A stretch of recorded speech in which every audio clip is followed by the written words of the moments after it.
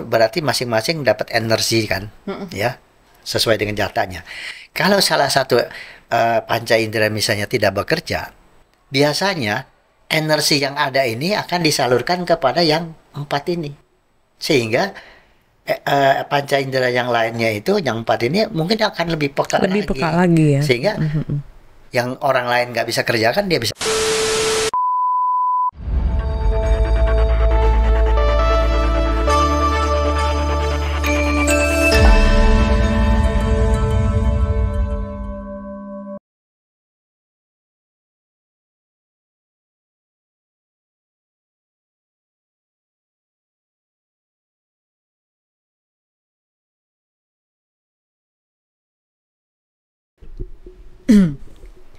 Mau ngomong gak enak ini.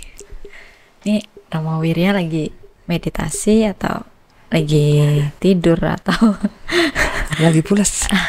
apa mindfulness? Saya saat ini sedang mindfulness. Wis. Makanya saya bisa dengar Mbak Tia itu datang dan bicara. Saya tadi mau Kalau saya ketiduran, saya nggak akan nyaut. Kayaknya pulas ya. pulas ya Rama ya. Namanya pulas bukan mindfulness ya. Karena mindfulness jadi denger saya gerusak-gerusuk ya Rama ya. Ya, jadi sebetulnya kalau kita meditasi itu, kita itu dalam keadaan mindfulness. Artinya tahu apa yang terjadi, panca indera kita ini terbuka semuanya. Tetapi sensasi itu tidak membawa panca indera ikut ke situ. Oh. Nah, itulah yang namanya mindfulness. Ini- Jadi saat lagi mindfulness ada orang datang, ada orang ngomong tahu. Oh, Tahu itu. dan denger ya Rama ya. Iya, cuman saya nggak menanyakan siapa dia, saya nggak. Kalau menanyakan siapa dia, berarti saya sudah ikut dengan gangguan tersebut. Oh, jadi tetap menyadari aja begitu ya Rama. Ya, Aduh, saya jadi kalem ini ngobrol sama Romo. Romo, ngomong-ngomong nih, ngomong-ngomong. Enak, salam dulu dong. Saya nggak enak tuh Romo Wirya belum salam. Nama Sang Hyang Adi Budaya, nama budaya. Nama budaya. Romo Wirya sehat, sehat. Ci Irma sehat. Sehat. Saya tuh lagi penasaran tau Ci. Kemarin tuh ada pembahasan tentang kena panah 2 kali. Kenapa ada kali? Saya Kayak judul film itu, bukan ya? iya, apa ini ada drama kolosal baru? Saya nggak ngikutin pembahasan atau gimana ini ya. Soalnya kadang-kadang Pandita kan ada aja pembahasan, saya jadi agak ingin tahu ini Romo apa itu. Kena panah 2 kali, Iya. 1 kali aja sakit, apalagi 2 kali Iya, gitu. betul. Gimana mau? Ya, ini sebetulnya ya Ini mungkin ada benerin. Boleh dibenerin Romo, aman. Nyantai kalau sama Tia sama Irma Romo. judul ini sebetulnya berkaitan dengan Sutta Nipata 36.6 Oh, ya, Sutta Nipata. yang disebutnya anak panah. Tapi saya dramatisir kena panah 2 kali. Kenapa? Oh, ada dramanya, Bu. Didramatisir. Iya, kalau gitu nggak seru kan? Nggak seru. Kalau anak panah aja kan udah umum. Tapi kalau kena panah 2 kali, pasti orang nanya, Iya, mana yang kena ini ya? apa yang dimaksud dengan panah itu? Iya. Atau para panah asmara, Wes. kalau 2 kali boleh. Atau panah beneran gitu. Iya Atau- betul Rama. Langsung Ya. Rama ngomong asmara, saya langsung ingin nyanyi jadinya beda. Kena panah lagi. Mau kena panah lagi begitu. Rama benar. Jadi pengertiannya apa tuh? Romo kena panah 2 kali. Begini, kalau kita kena panah, itu kan sakit. Berarti kan penderitaan. Ya. Nah, sekali kena panah aja udah penderitaan. Kemudian kalau kena lagi berarti 2 kali. Oh. Nah, maksudnya begini. Pertama kali kena panah itu yang kena fisik. Fisiknya kena, ya. Misalnya contohnya tangannya lah kena. Ya, kan belum mati gitu ya, secara fisik. Tapi menderita sekali. Pasti dia tanya dalam kesakitannya itu, ini siapa sih yang mana? Siapa? Kok enak aja gitu ya? Dan marah. Kalau ketemu nanti saya pukul dan sebagainya. Jadi dengan kata lain, sakit fisik yang sudah kena panah yang tadi, terus kena lagi panah yang kedua itu mental, psikisnya. Dia marah-marah dan sebagainya. Contoh begini. Misalnya kita lagi jalan, ya kemudian kepleset. Karena situ ada percikan air, jatuh. Sakit kan? Aduh, gitu. Nah, udah sakit. Penderitaan pertama. Itu anak panah pertama tuh. Yang kedua langsung biasanya dia marah-marah. Ini siapa sih yang buang air sembarangan begini? Bikin orang jatuh. Awas kalau ketemu. Ya, saya akan Ngomel-ngomelin. ngomel. Nah, pada saat dia ngomel itu berarti kebenciannya timbul. Timbul lagi. Nah, kebencian itu berarti dia kena panah mental yang nggak kelihatan itu. Nah, itulah yang dikatakan 2 kali. Oh, langsung. Gitu. Maknanya Ini dalam banyak. nih. Dalam banget ternyata ya Romo. Iya, ini banyak terjadi dalam kehidupan sehari-hari.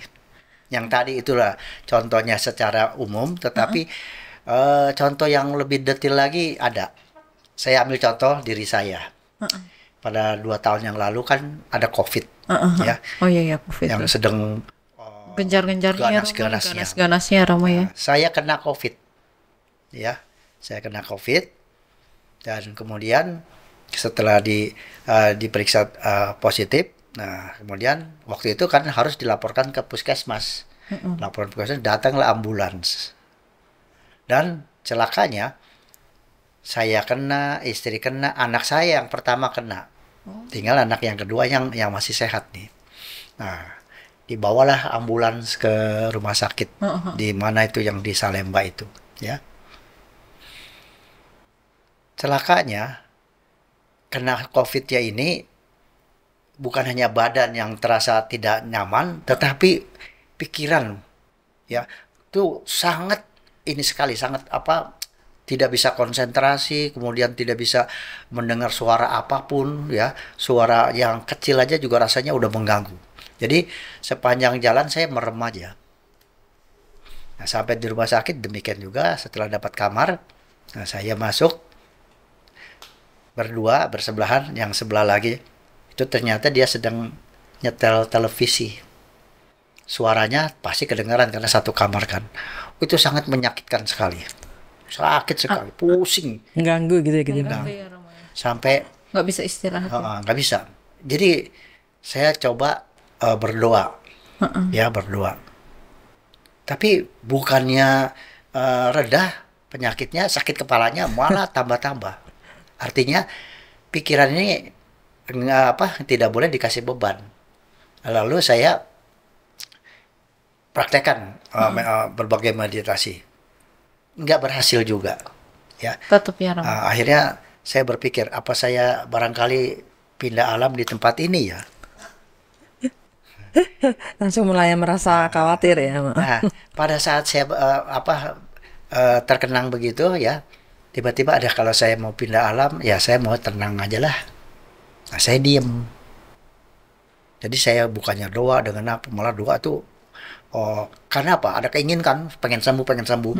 Nah, itu jadi penderitaan. Nah, setelah saya diem, nah, saya terima apa adanya. Ada suara televisi, saya hanya dengar, tapi saya tidak mengikuti, dan saya tidak menolak dan tidak membenci, tidak juga. Jadi terima apa adanya, tidak menolak dan tidak melekat. Ya, tidak saya dengeri juga, tapi saya tahu aja gitu. Tuh. Nah, inilah sebetulnya prinsip mindfulness.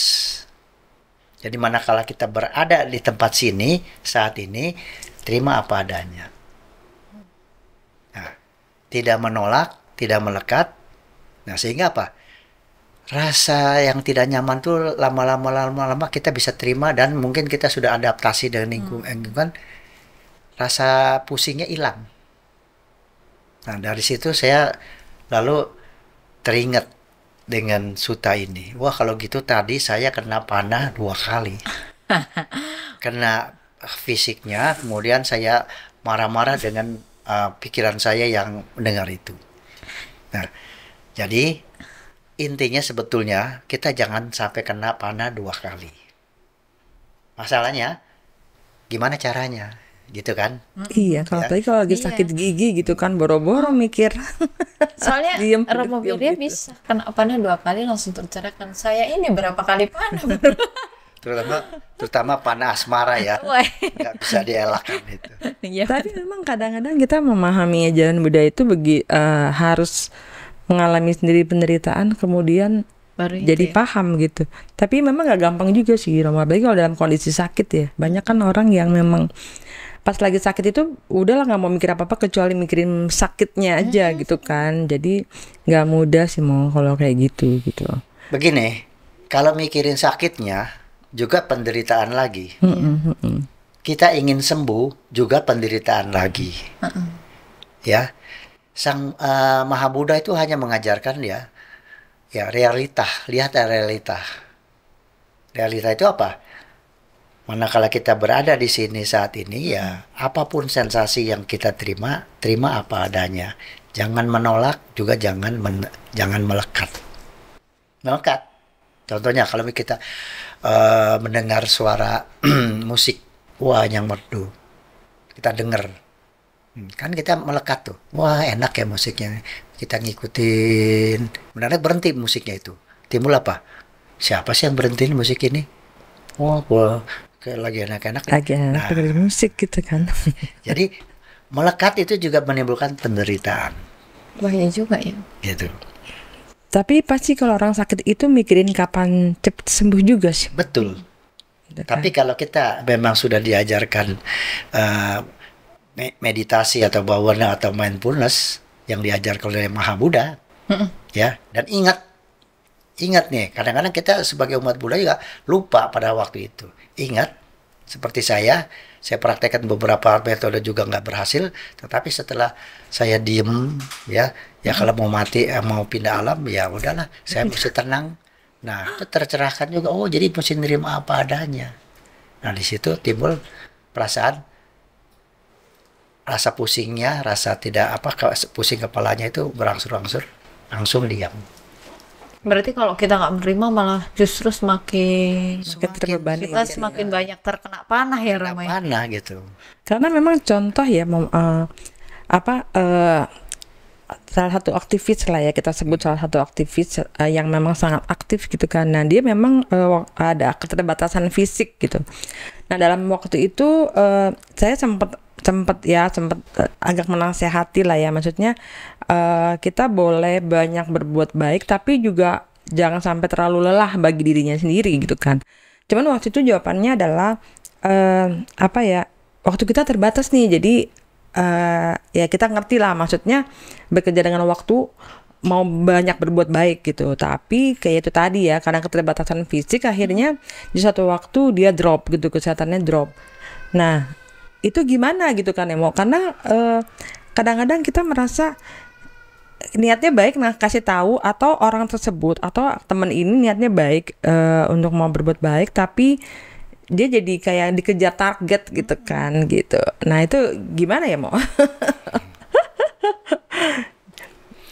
Ya, yang pertama, kalau kita ngerti prinsip kita berada dimanapun, seperti saat ini, saya berduduk di sini. Mungkin bangku saya ini nggak cukup buat saya, terlalu sempit. masih muat nih. Masih lah Romo.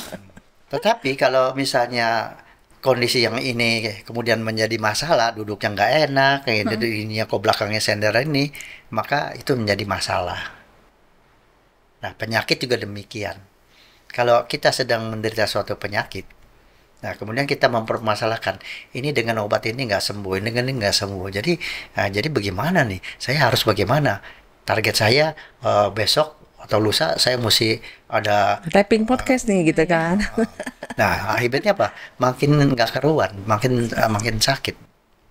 Tapi kalau ya udah sakit sekarang ya pilek, ya kalau mau berobat ya berobat, harus berobat juga ya. Tetapi yang penting mental itu jangan sampai kena panah 2 kali. Artinya dia harus siap membuat pikiran ditenangkan, dijernihkan ya. Nah, dengan demikian nanti pemahaman mengenai segala sesuatu tidak kekal ya mungkin muncul. Karena pada saat dia panik mungkin filosofi anicca atau segala sesuatu tidak kekal itu mungkin dia lupa lah udah gitu, menguap gitu ya. Nah, manakala dia dalam keadaan tenang Ya, dia dapat tenang ini bisa terjadi kalau kita bisa menerima apa adanya. Ya. Nah, dengan menerima apa adanya dan kita tenang, kemudian muncullah pannya itu kebijaksanaan. Oh, kalau begitu dia harus saya bagaimana. Nah, sehingga mungkin bisa ini apa teratasi. Contoh yang kedua, waktu saya masih di rumah sakit. Saya di rumah sakit waktu itu 15 hari. COVID itu 15 hari. Nggak tahu hari keberapa. Itu saya jatuh di toilet di kamar mandi. Ya. Karena mungkin licin atau gimana jatuh. Kondisi saya sakit, usia saya juga udah nggak muda lagi, jatuh itu resiko. Bisa resiko patah. Untungnya saya masih ingat kalau jatuh itu jangan nahan dengan tangan, tetapi ikutin aja, terima apa adanya, jatuh. Nah, jatuhlah saya. Nah, biasanya kalau orang jatuh kan panik, Betul. buru-buru mau bangun, ya. Tapi saya entah bagaimana setelah saya jatuh saya nggak apa-apa, langsung saya berpikir, ya udah biarin aja, terima aja dulu dah. Kondisi yang seperti ini saya nikmati, bahkan kemudian saya panggil-panggil, teriak-teriak, nggak ada yang dengar. Nah, kalau dia berteriak-teriak nggak ada yang dengar, pasti lebih panik lagi. Saya diam saja sambil mengumpulkan cara bagaimana saya mesti bangun ini.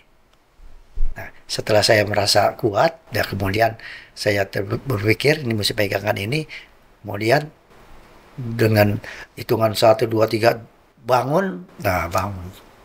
Nah, buka pintu, cerita sama teman sebelah, kok nggak manggil-manggil katanya. Ya, saya udah manggil-manggil. Tapi nggak ada yang dengar. Nah, itu berarti apa? Kalau kita udah jatuh, kemudian kita pengen bangun buru-buru, panik, yang terjadi ya bukannya bisa mencari akal, malah nggak dapat akal, malah mungkin bisa jatuh berkali-kali. Nah itu, saya jatuh bukan sekali, 2 kali loh. Ya.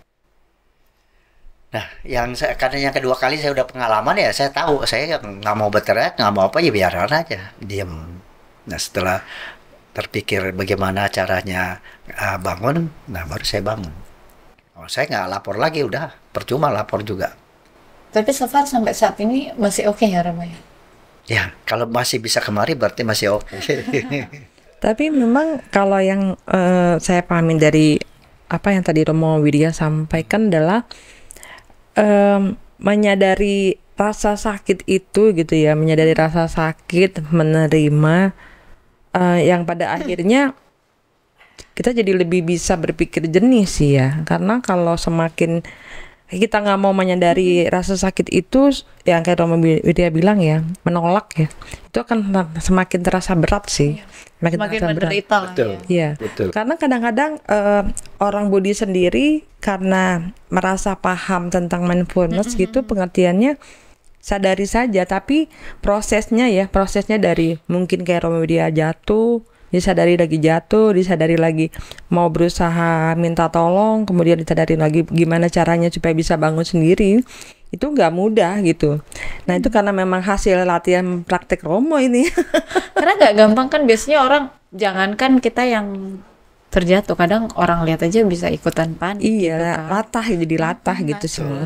Karena jadi latah. Berarti pentingnya berlatih nih. Jadi begini, segala sesuatu sensasi itu bisa melalui panca indera kan, dari mata, dari kuping dan sebagainya. Kalau ada sensasi itu terima aja.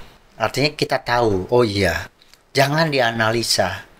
Contohnya ya, waktu kita lagi diam, lagi meditasi, kemudian muncul bayangan pikiran seseorang, ya. Misalnya muncul bayangan pikiran si Romo Teddy. Kalau kita terbiasa, kita tahu, oh ya ini bayangan. Udah stop, jangan. Oh ini Romo Teddy. Lagi ngapain tuh Romo Teddy gitu? Masih sakit nggak? Itu dibuat cerita. Akibatnya apa? Cengkeraman sensasi itu makin kuat. Nah, kalau sensasi ini itu untung cuma mengenang seseorang, tapi kalau rasa sakit dicengkeram makin sakit. Karena Kalau saya pakai prinsip ini, prinsip roda bergulir. gimana itu? Apalagi tuh mau. Tadi panas, sekarang roda. Roda ke panas. Roda, sebuah roda, kalau kita berikan gaya, tenaga, maka dia akan bergulir kan. Oh iya, Betul? cepat. Berapa jauh dia bisa bergulir dan berapa lama dia bergulirnya. Itu tergantung apa? Berapa besar gaya yang kita berikan. Itu kan, makin besar tentu bergulirnya makin jauh dan makin kencang dan makin lama. Tetapi kalau misalnya roda ini setelah kita kasih gaya, kita diamkan, apa yang terjadi? Roda itu bergulir dan lama-lama Berhenti. Nah jatuh kan. Nah begitu juga sensasi yang kita terima melalui panca indera. Contohnya tadi, lagi diam kemudian muncul bayangan seseorang. Nah itu seperti roda yang diberikan tenaga muncul kan.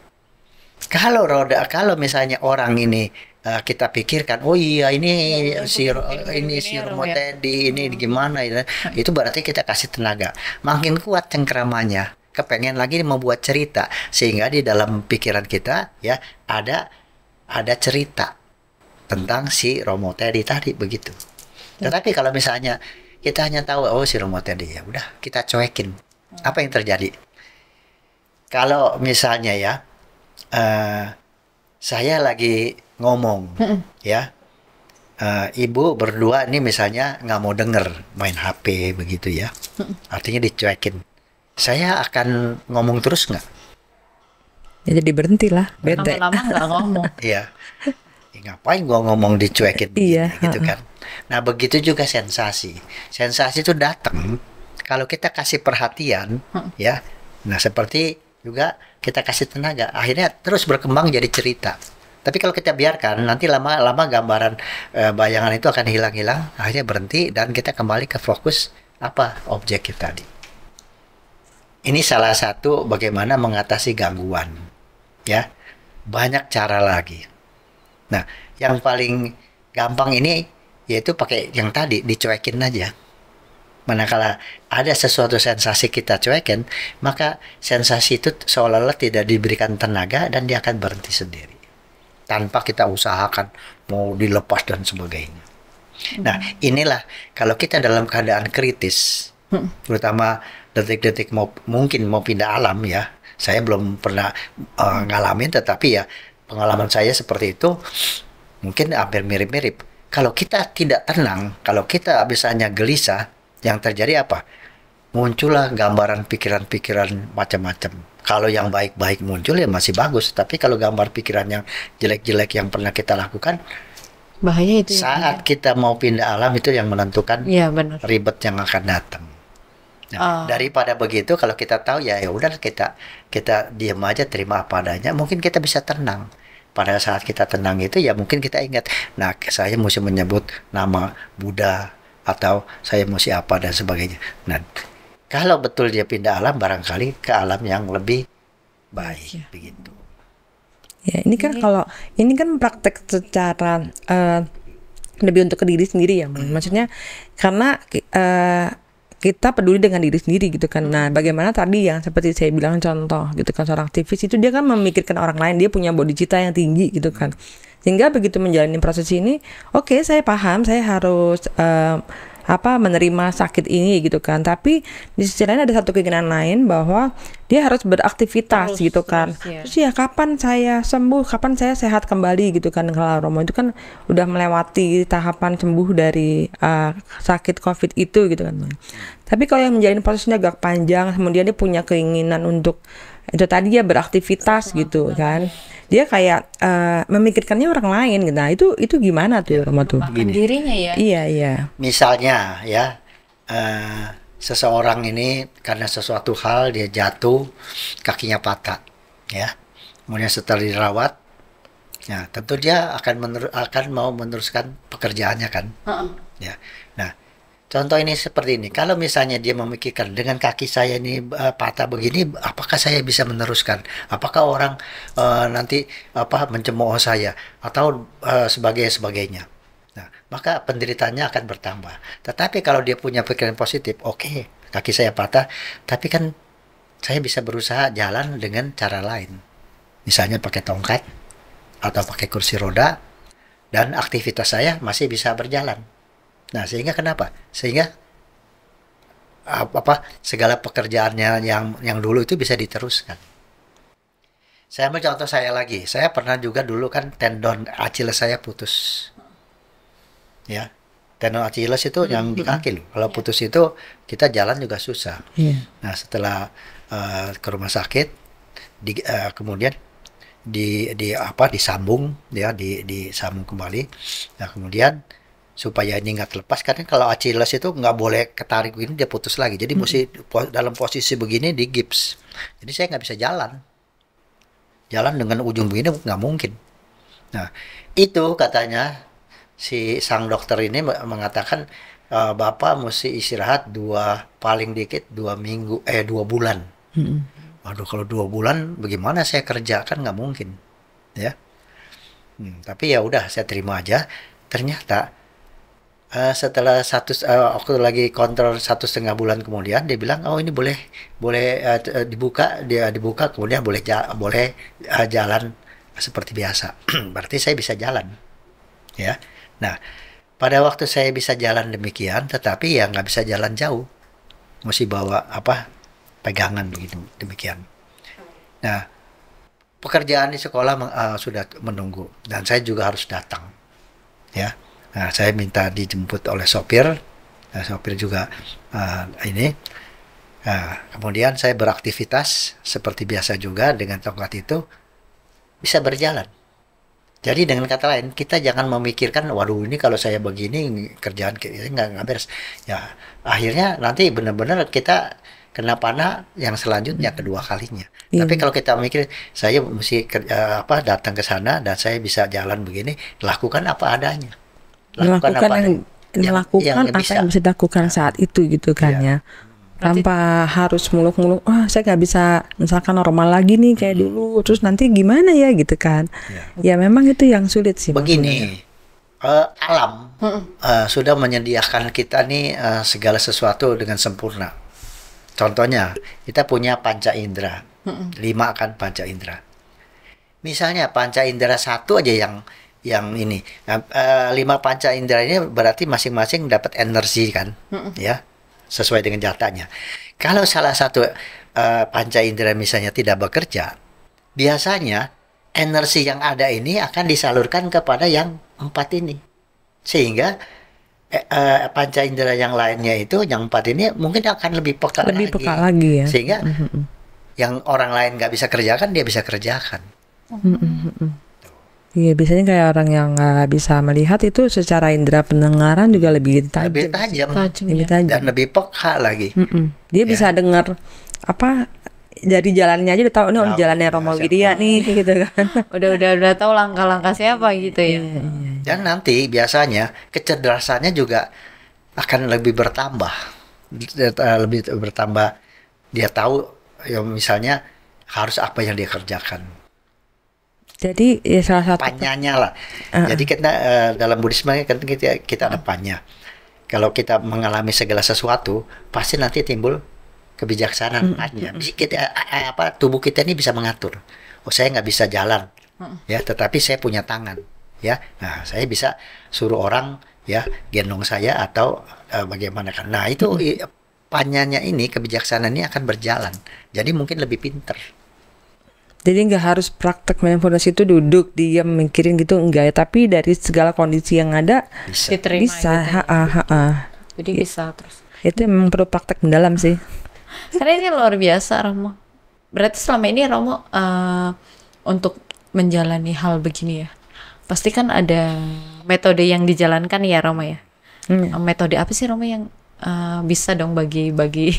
Termasuk bisa awet muda. Umurnya Romo udah berapa? Romo umurnya udah tahun depan 80. Nah, masa Romo? Iya. Seriusan? Iya. Bisa 80. Awet muda kan? Berkat apa dulu tuh? Mau lihat KTP saya? Nggak usah, Romo, saya ada catatannya. Sama Bu. Atau ada Tapi saya nggak- oplas dikit iya, ya tapi gitu saya kan. nggak menduga gitu Romo, karena saya nggak ngintipin satu persatu pandita itu. Nomor berapa? Iya, iya. Apa ada oplas dikit atau pakai skincare apa Yang gitu? mesti Romo? yang dijawab yang mana dulu nih? Awet muda. Awet mudanya dulu lah, awet mudanya lah. Ya siapa tahu kita bisa tanpa harus pakai operasi plastik. Pertama, hidup kita harus disiplin. Yang waktunya harus makan, makan. Harusnya istirahat, istirahat.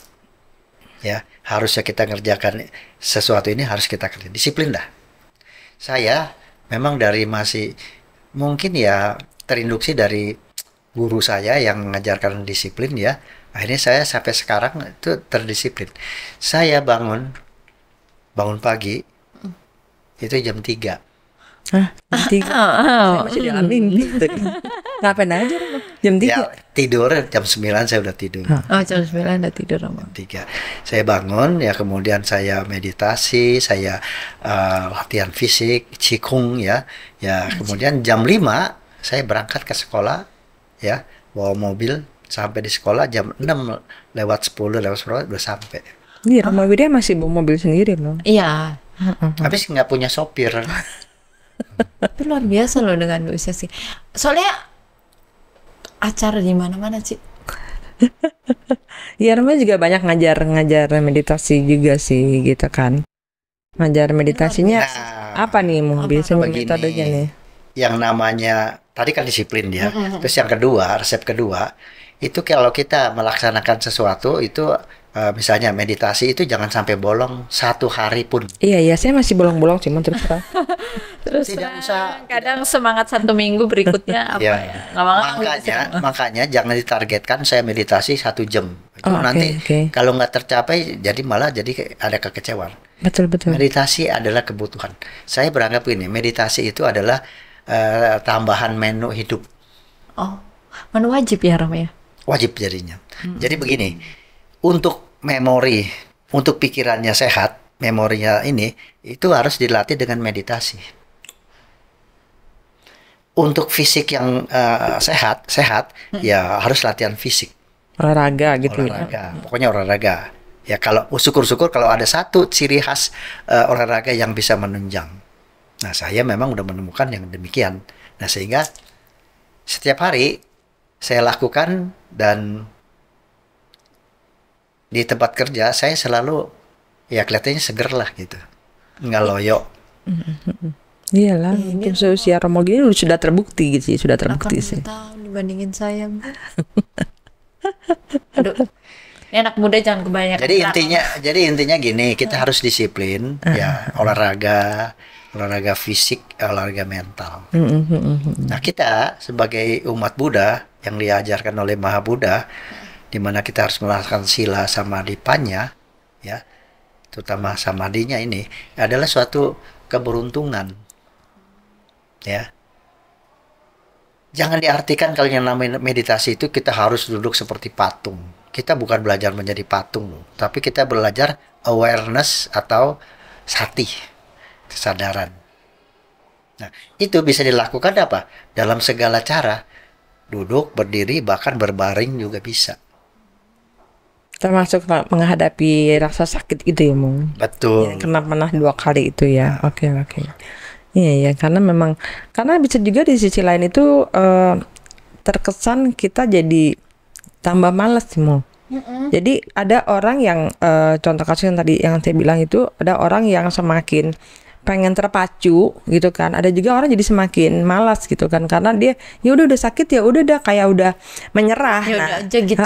Nah itu yang ya harus gimana juga tuh mau ya kalau misalkan gitu. Jadi manusia itu kan ekstrim kan, dia akan bisa menjadi lebih semangat atau menjadi lebih malas gitu. Terus ditambah lagi kadang ada yang menyalahkan gitu loh sih. Iya gitu. Ya, saya jawab yang menyalahkan dulu. Kalau dia menyalahkan orang lain, itu kekotoran batinnya itu terpelihara, yaitu apa? Penolakan, dosa. Yang sifatnya menolak adalah dosa kan. Kebencian ya, jadi benci gitu jadi ya. kebencian.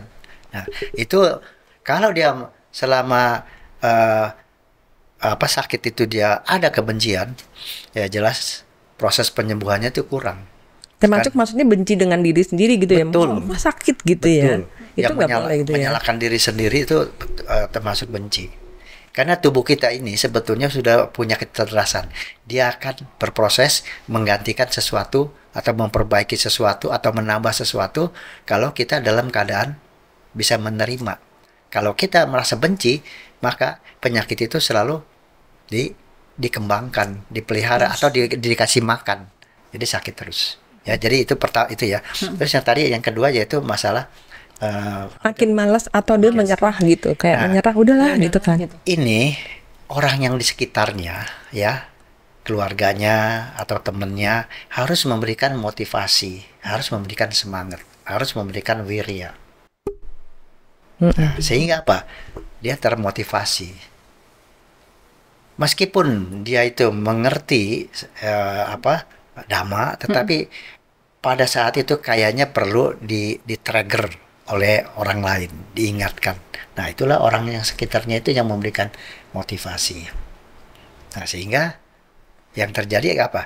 Dia ada confidence atau percaya diri, oh kalau gitu keadaan begini saya juga ada orang yang memperhatikan. Maka teman, terutama keluarga, ya orang yang dekat dengan dia, teman-teman atau organisasi yang ada harus memberikan dukungan. Dukungan gitu ya. Oke.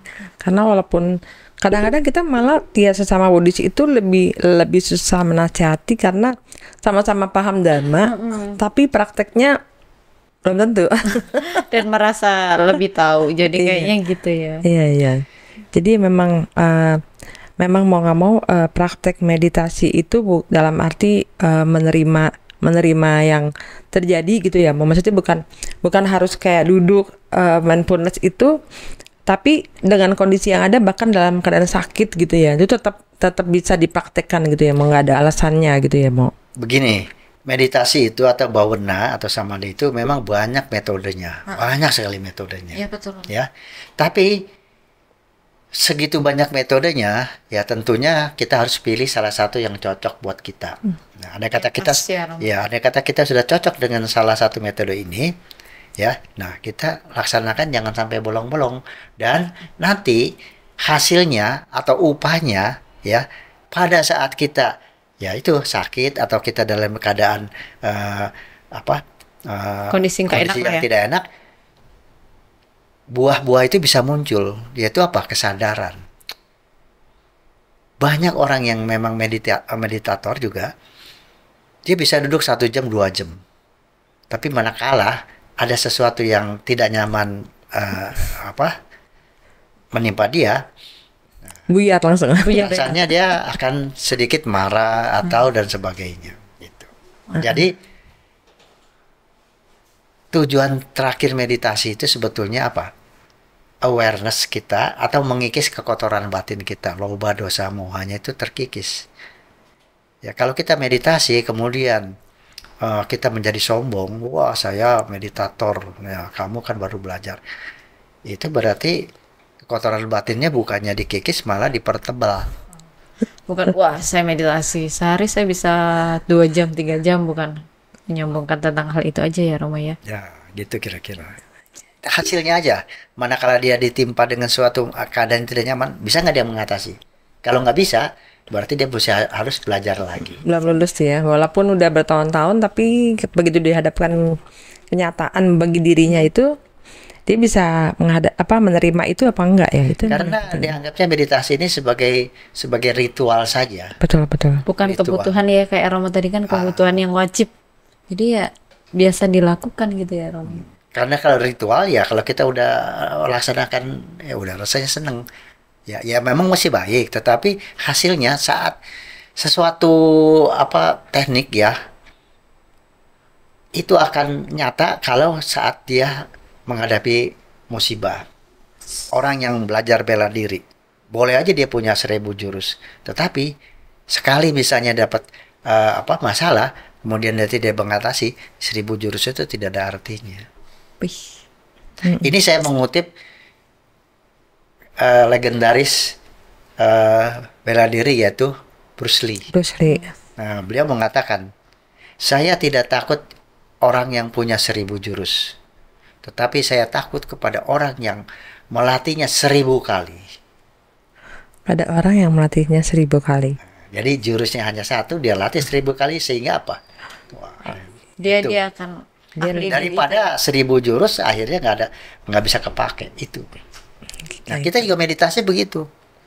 Boleh aja metode banyak-banyak, ya ambil salah satu. Nah, kita laksanakan, ya udah, ya boleh aja kita bisa melatihnya 1 jam, 2 jam, 3 jam, ya. Tetapi manakala ditimpa dengan masalah, ya, nah kita tidak bisa mengatasi.